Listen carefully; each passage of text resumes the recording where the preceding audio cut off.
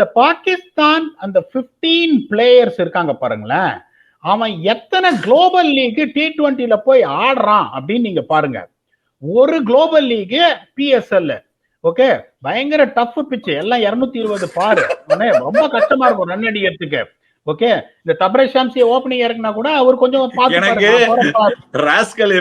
PSL global லீக்னு சொல்லும் போதே doubt வந்தது, ஏதோ சரி போறான்னு. சரி, கண்டினியூ பண்ணுங்க, சொல்லி முடிக்கிறேன். இப்ப மத்த டீம் எல்லாம் பாத்தீங்கன்னா, இந்த ஆஸ்திரேலியா இருக்கட்டும், இங்கிலாந்து இருக்கட்டும், நியூசிலாந்து இருக்கட்டும், அவன் எல்லாம் மினிமம் வந்து ஒரு 4-5 லீக். நான் திருப்பி சொல்றேன், இந்த கரீபியன்ல பிச்சஸ்ல செத்து போச்சு, பேட்டிங்கா ஆட முடியல. காட்டார் முட்டார் பால் திரும்புது, கீழே வருது. இப்ப சமாத் ஜோசப் மாதிரி ஒருத்தர் ஸ்டெம்ப் எல்லாம் அடிச்சா கஷ்டமா இருக்கு ஆடுறதுக்கு. இப்ப அவனுங்க என்ன பண்றாங்க, இந்த ராவல்பிண்டியில ஆடுறாங்க.